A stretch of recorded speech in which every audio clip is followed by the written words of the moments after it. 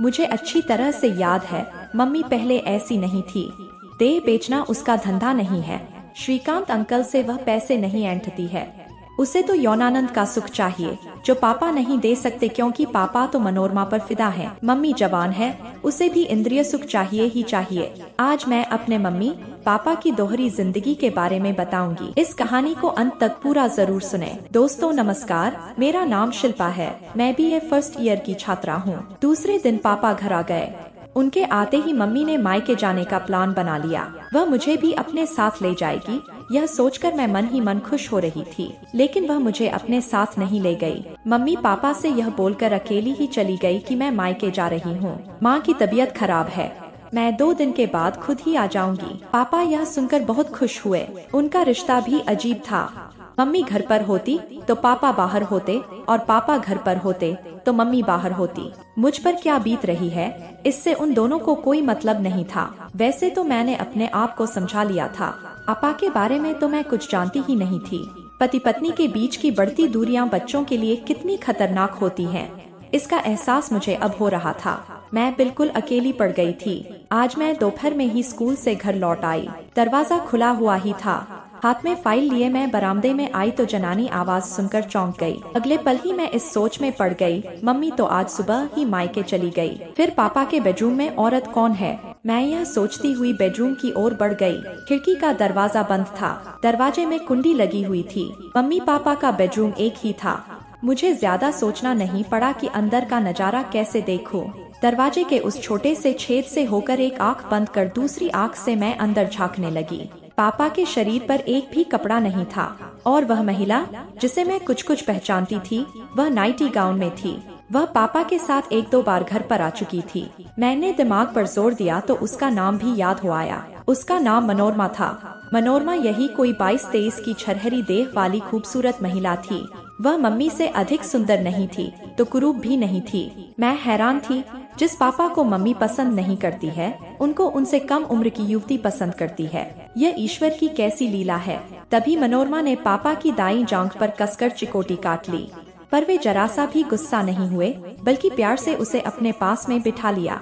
मुझे आज भी याद है, एक बार मैंने पापा को गुदगुदी कर दी थी तो उन्होंने मेरे गाल पर एक जोरदार थप्पड़ धरते हुए बोले थे, मुझे बदतमीजी पसंद नहीं है। मैं गाल सहलाती रह गई थी। और आज पापा मनोरमा की बदतमीजी पर कुछ नहीं बोले थे। मैं अगले पल ही बुदबुदा पड़ी, क्या व्यक्ति ऐसे नाजुक क्षणों में इतना संवेदन शून्य और सुन पड़ जाता है कि दांतों और नाखूनों के वार को भी महसूस नहीं कर पाता है। यहीं से मेरे मन के किसी कोने में सेक्स को भोगने की इच्छा ने करवट लेनी शुरू कर दी। मैं संभोग कला के इस अलौकिक और आश्चर्यजनक पहलू को पकड़ने की कोशिश करने लगी। इसी बीच पापा और मनोरमा की आनंद क्रीड़ा की पारी समाप्त हो गई। पापा ने मनोरमा को घूरते हुए कहा, तुम सचमुच ही मुझे चरम सुख देती हो। मेरी पत्नी तो मुझे पसंद ही नहीं करती है। वह कहती है कि तुम 3-3 दिन तक दाढ़ी ही नहीं बनाते हो। तुझसे बात कौन करेगा? तुम्हारी दाढ़ी कांटों की तरह मेरे गालों पर चुभती है। मनोरमा, दाढ़ी तो मेरी आज भी बड़ी हुई है। क्या तुम भी मेरी दाढ़ी से परहेज करती हो? पापा के यह कहते ही मनोरमा हंसने लगी। डार्लिंग, तुम्हारी पत्नी औरत है या मोम की कोई गुड़िया? भला पुरुष की दाढ़ी की चुभन भी कहीं स्त्री को पीड़ा पहुंचाती है। स्त्री को पीड़ा तो तब पहुंचती है जब पुरुष बीच में ही उसका साथ छोड़ जाता है। क्या तुम्हें नहीं पता संभोग क्रिया में नोचखरोच का कितना महत्व है? दाढ़ी नोचखरोच का ही तो काम करती है। ईश्वर ने कुछ सोच समझकर ही पुरुष को दाढ़ी दी है। सच तो यह है कि मैं तुम्हें तुम्हारी दाढ़ी से ही पसंद करती हूँ। यह कहते कहते मनोरमा ने पापा को बाहों में भर लिया और अपने चिकने और मुलायम गाल उनके दाढ़ीदार गाल पर रखकर रगड़ने लगी। यह पल मेरे लिए एक नया ही अनुभव भरा था। मैं आश्चर्यचकित होकर सोच रही थी, यहाँ तो कोई भी किसी से प्यार नहीं कर रहा है। यहाँ तो केवल सहवास की ही प्रधानता है। मनोरमा पापा को इसलिए पसंद करती है क्योंकि उसे उनकी दाढ़ी की चुभन अच्छी लगती है, और मम्मी श्रीकांत अंकल पर इसलिए फिदा है क्योंकि वह सहवास कला में निपुण है और साथ ही चिकने गालों वाले हैं। ये दोनों स्त्रियां ही हैं, लेकिन इनकी पसंद अलग अलग है। शायद यही वजह है कि स्त्री पुरुष अपने जीवन साथी को छोड़कर कहीं बहक जाते हैं। बहक क्या जाते हैं? अपने मनपसंद किसी सुयोग्य साथी की तलाश कर लेते हैं। मैं भी तो एक स्त्री ही हूँ। क्या मेरी पसंद अपने विचारों के अनुकूल पुरुष की नहीं है? क्या अपनी पसंद की चीज को ढूंढना या पाना गलत है? नहीं, पापा, मम्मी, श्रीकांत अंकल, मनोरमा आदि सब बहके या भटके नहीं हैं। इन्होंने तो अपनी अपनी पसंद को हासिल किया है। पुरुष की बाहों का पहला पहला स्पर्श कैसा होता होगा? मैं यह जानने की कोशिश करते करते पसीने से तरबतर हो गई। मेरे हाथ के पसीने से फाइल भीग गई है और मेरे बदन के पूरे कपड़े पसीने से भीग गए। मैं वहाँ से सीधे अपने कमरे में चली आई। मुझे अच्छे बुरे का ज्ञान हो गया था। मेरे होंठों से अनायास ही बोल फूट पड़े। अब स्थिति मेरे सामने बिल्कुल ही स्पष्ट है। न तो मम्मी दोषी है और न ही पापा दोषी हैं। चरित्रहीन कोई नहीं है। एक दूसरे के प्रति अरुचि, नापसंदी और परिस्थितिवश लाचारी ने ही दूसरे से संबंध बनाने के लिए मजबूर किया है। जो लोग इन बातों को नहीं समझते वे ही ऐसे संबंधों को गलत मानते हैं। मैं मम्मी को भी जानती हूँ और पापा को भी जानती हूँ। मुझे अच्छी तरह से याद है मम्मी पहले ऐसी नहीं थी। देह बेचना उसका धंधा नहीं है। श्रीकांत अंकल से वह पैसे नहीं ऐंठती है। उसे तो यौनानंद का सुख चाहिए जो पापा नहीं दे सकते, क्योंकि पापा तो मनोरमा पर फिदा है। मम्मी जवान है, उसे भी इंद्रिय सुख चाहिए ही चाहिए। किसी को बच्चलन या चरित्रहीन कहना जितना आसान है उसको समझना उतना ही कठिन है। एक पुरुष की बाहों से दूसरे पुरुष की बाहों में जाने का सफर कितना दुष्कर होता है। भले ही सहवास के सुखों में वृद्धि हो जाती हो, पर क्या शुरू में दूसरे पुरुष तक पहुंचने में तकलीफ नहीं होती होगी? कितना अपमानित होना पड़ता होगा। मम्मी पापा को शुरू से ही नजरअंदाज करती आ रही है। आखिर कब तक वह अपने प्रति उसकी उदासीनता को ओढ़े रहते? कभी न कभी किसी न किसी से तो उन्हें जुड़ना ही था। मैं मनोरमा की शुक्रगुजार हूँ कि उसने पापा को समझा, और श्रीकांत अंकल की भी शुक्रगुजार हूँ जिन्होंने मम्मी की पीड़ा को और बढ़ने नहीं दिया था। अगर पापा के जीवन में मनोरमा नहीं आई होती और मम्मी के जीवन में श्रीकांत अंकल नहीं आए होते, तो क्या ये दोनों दिमागी रूप से पागल नहीं हो गए होते? इन अवैध संबंधों ने ही तो उन्हें मनोरोगी होने से बचाया है। मैंने देखा कि पापा दरवाजे पर खड़े थे और मनोरमा उनके पीछे खड़ी थी।